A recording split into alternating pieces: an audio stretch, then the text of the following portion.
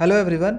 तो एसएससी ने कोविड के कारण कुछ एग्ज़ाम्स को पोस्टपोन कर दिया था और फाइनली उन सभी एग्ज़ाम के डेट को एसएससी ने आज अनाउंस किया है। तो चलिए जानते हैं कि वो कौन कौन से एग्ज़ाम थे और उनका कौन कौन सा डेट अनाउंस किया गया है। और साथ में मैं आपको कुछ स्ट्रैटेजी भी बताऊंगा कि आपको अभी से कौन सी स्ट्रैटेजी फॉलो करनी चाहिए जिससे कि आप इन सभी एग्ज़ाम में एक अच्छा स्कोर ला सको। तो जो सबसे पहला एग्ज़ाम था वो है एसएससी सीपीओ 2019 का पेपर 2 और इसका जो एग्ज़ाम डेट अनाउंस किया गया है वो है 26 जुलाई 2021, यानी कि अभी से 25 दिनों का टाइम है। उसके बाद जो दूसरा एग्ज़ाम है वो है एसएससी सीएचएसएल 2020 का टीयर 1 और इसका जो एग्ज़ाम डेट है वो है 4 अगस्त से 12 अगस्त के बीच में। और इस एग्ज़ाम के कुछ शिफ्ट पहले हो चुके थे और जो कुछ शिफ्ट बचे हुए हैं उन्हीं का एग्ज़ाम 4 से 12 अगस्त के बीच में होगा। उसके बाद जो तीसरा एग्ज़ाम है वो है एसएससी सीजीएल 2020 का टीयर 1 पेपर और इसका जो एग्ज़ाम डेट अनाउंस हुआ है वो है 13 अगस्त से लेकर 24 अगस्त, यानी इसका जो एग्ज़ाम होगा 13 से 24 अगस्त के बीच में होगा। और इस एग्ज़ाम के लिए अप्रॉक्सीमेटली 1.5 महीने का टाइम अभी से बचा हुआ है, यानी 45 डेज़ का टाइम बचा हुआ है। तो जो भी एस्पिरेंट्स इन एग्ज़ाम का प्रिपरेशन कर रहे हैं तो आपके पास एक बहुत अच्छा मौका है। कुछ दिन इस एग्ज़ाम के लिए आपके पास बचे हुए हैं। अगर आप इन कुछ दिनों में अच्छा मेहनत कर जाते हो और अच्छे से स्ट्रैटेजी फॉलो कर लेते हो तो आप एक अच्छा स्कोर ला सकते हो और आपका इसी बार सिलेक्शन हो सकता है और आगे का जो आपका 1-1.5 साल का मेहनत है वो बच सकता है। तो चलिए मैं आपको इन सभी एग्ज़ाम के लिए कुछ स्ट्रैटेजी भी बताता हूँ कि कौन सी स्ट्रैटेजी अभी से आपको फॉलो करनी चाहिए। तो जो सबसे पहले मैं डिस्कस करूँगा वो एसएससी सीजीएल 2020 के लिए डिस्कस करूँगा कि कौन सी स्ट्रैटेजी फॉलो करना चाहिए। तो इसमें मैं आपको 3 चीज़ें बताऊँगा आपको करनी है। पहली, आपको अपना सिलेबस कंप्लीट करना है। तो जिन्होंने भी अपना सिलेबस अभी तक कंप्लीट नहीं किया है उनको 15 दिनों के अंदर अपना सिलेबस कंप्लीट करना लेना चाहिए। 15 से 20 दिनों के अंदर अपना सिलेबस कंप्लीट कर लेना चाहिए ताकि उनके पास आगे रिवीजन के लिए टाइम हो और मॉक टेस्ट के लिए भी प्रॉपर टाइम हो। और जिन्होंने अपना सिलेबस कंप्लीट कर लिया है उन्हें रिवीजन स्टार्ट कर देना चाहिए और अपना जो नोट्स कॉपी उन्होंने बनाया है जिससे आप पढ़ रहे हो उन्हीं का रिवीजन करो। मैथ्स, इंग्लिश, रीजनिंग, जीके सभी का रिवीजन आप स्टार्ट कर दो। ठीक है। दूसरी स्ट्रैटेजी आपको फॉलो करनी है वो है मॉक टेस्ट और उसका एनालिसिस। आपको अब डेली एक मॉक टेस्ट देना स्टार्ट कर देना चाहिए। जिनका भी सिलेबस कंप्लीट हो गया है, अगर नहीं भी हुआ है तो आपको डेली आपको एक मॉक टेस्ट कम से कम देना भी है और उसका अच्छे से एनालिसिस भी करना है। और साथ में आपको क्या करना है, आपको एक मॉक टेस्ट का कॉपी बना लेना है अगर आपने एक मॉक टेस्ट का कॉपी नहीं बनाया, और उसमें जितने भी क्वेश्चंस आपको इंपॉर्टेंट क्वेश्चन मिलते रहें आपको उस नोट्स कॉपी में डाल लेना है और लिख लेना है। और उस नोट्स कॉपी में 4 सेक्शन बनाने हैं, मैथ्स, इंग्लिश, रीजनिंग और जीके के। अगर मैथ्स में आपको उस मॉक टेस्ट से कुछ इंपॉर्टेंट क्वेश्चन मिलते हैं जो कि आपको लगता है कि इम्पोर्टेंट है और आगे आपको हेल्प कर सकता है तो उस क्वेश्चन को आपको मैथ वाले सेक्शन में लिख लेना है। उसी तरह से इंग्लिश में कुछ इंपॉर्टेंट क्वेश्चन हैं, वोकैब है, उसको इंग्लिश में लिख लेना है। रीजनिंग में कुछ इंपॉर्टेंट क्वेश्चन मिले, रीजनिंग में लिख लेना और जीके वाले में जीके में। जिससे क्या होगा, लास्ट में 15 से 20 दिनों के बाद आपका एक अच्छा खासा नोट्स कॉपी प्रिपेयर हो जाएगा और उसको बीच बीच में आपको रिवाइज करते जाना है। इसी के साथ आपको अपने वीकनेसेस पे भी काम करना है।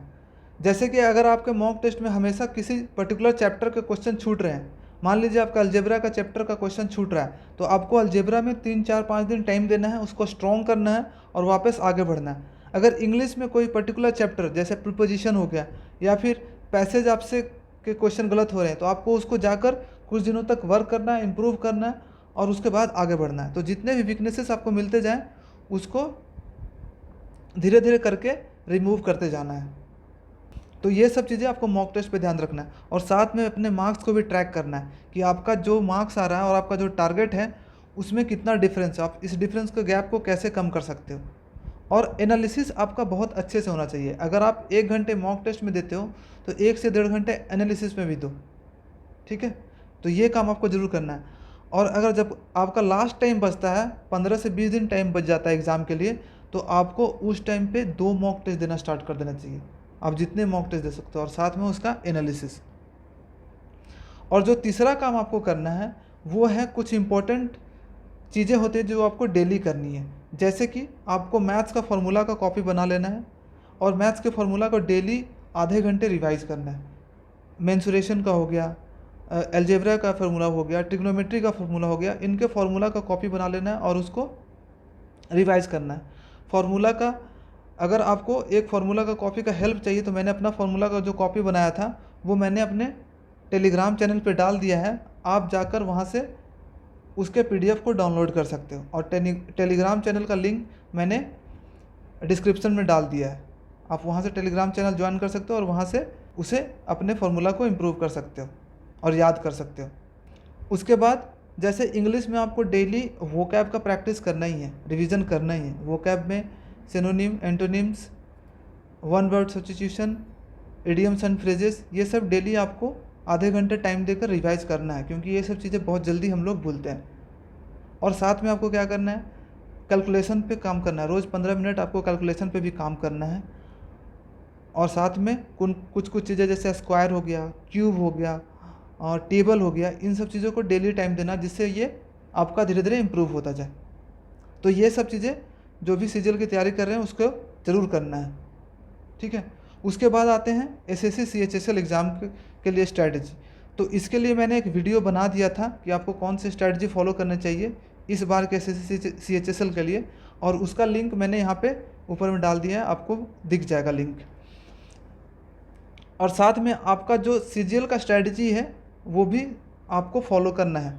जो मैंने सीजीएल की स्ट्रैटेजी बताई है वो आप पे लागू होता है, तो उसको भी आपको फॉलो करना है। और साथ में आपका क्या है कि अभी तक बहुत सारे शिफ्ट के एग्ज़ाम हो चुके थे, तो उसके क्वेश्चन पेपर को आपको जाकर एनालिसिस करना है कि किस किस टाइप के क्वेश्चन पूछे जा रहे थे, और उसी टाइप के क्वेश्चन को सेलेक्ट करके आपको करना है। और उसमें सबसे ज़्यादा ध्यान देने वाली बात है जीके के क्वेश्चंस को। तो जीके में आपको देखना है कि किस टाइप के क्वेश्चन पूछे जा रहे थे। कि हिस्ट्री में अगर राउंड टेबल कॉन्फ्रेंस का क्वेश्चन पूछा जा रहा था तो राउंड टेबल कॉन्फ्रेंस को अच्छे से पढ़ना, उस पर जितने भी क्वेश्चन बन सकते हैं उसको करना है। अगर जीके में अवार्ड से क्वेश्चन पूछे जा रहे हैं, डैम से क्वेश्चन पूछे जा रहे हैं, नेशनल पार्क से क्वेश्चन पूछे जा रहे हैं, तो उन चीज़ों को आपको अच्छे से करना है, ठीक है। तो जितने लोग एसएससी सीएचएसएल का एग्ज़ाम दे रहे हैं, तो सबसे पहले जितना भी शिफ्ट का पेपर हो चुका था उनके क्वेश्चंस को अच्छे से करना है, ठीक है। तो ये था एसएससी सीएचएसएल के लिए। और फाइनली एसएससी सीपीओ वाले लोगों के लिए जो मेरा सजेशन है वो है कि आपको तो सिर्फ इंग्लिश पढ़ना है, तो इंग्लिश पे आपको फोकस करना है। अपना सिलेबस सबसे पहले कंप्लीट करना है और उसको रिवीजन करना स्टार्ट कर देना है। और साथ में आपको डेली एक मॉक टेस्ट देना है और उसका रिवीजन, उसका एनालिसिस अच्छे से करना है। एक मॉक टेस्ट यानी कि 200 क्वेश्चन करने हैं और उसका 200 क्वेश्चन का एनालिसिस, कम से कम आपको 4 घंटे लगेंगे, 2 घंटा पेपर में और 2 घंटा एनालिसिस में। और साथ में आपको रिवीजन ज़रूर करना है, इंग्लिश के ग्रामर रूल्स के हो गया, वोकैब का प्रैक्टिस करना है, और कुछ चीज़ें जो आपका वीक होगा उसको इम्प्रूव करना। मान लीजिए आपको पैसेज सॉल्व करने में दिक्कत हो रही है तो पैसेज पे वर्क करना है, पैसेज की स्ट्रैटेजी देखने की, आपको पैसेज की कौन सी स्ट्रैटेजी फॉलो करनी चाहिए जिससे आप पैसेज को जल्दी सॉल्व करें और ज़्यादा क्वेश्चन सही सॉल्व कर सकें। तो वीक पॉइंट्स को फाइंड आउट करके उन पे काम करना है और डेली एक मॉक टेस्ट देने का ट्राई करो और रिवीजन करते रहो। तो जो भी स्ट्रैटेजी मैंने आपको बताई है आप इसे फॉलो करो, आपका ज़रूर इम्प्रूवमेंट होगा मार्क्स में। और आपके पास बहुत अच्छा चांस है, 1 से 1.5 महीने का टाइम है। सीजीएल वाले आपके पास, सीएचएस वाले 1 महीने का टाइम है।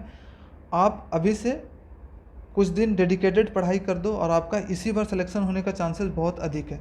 सीएचएसएल वाले के लिए तो बहुत अच्छा मौका है कि उनके पास पेपर भी हो चुका है। उन पेपर को अगर अच्छे से एनालाइज करते हो तो वहीं से आप बहुत सारे मार्क्स इंप्रूव कर सकते हो।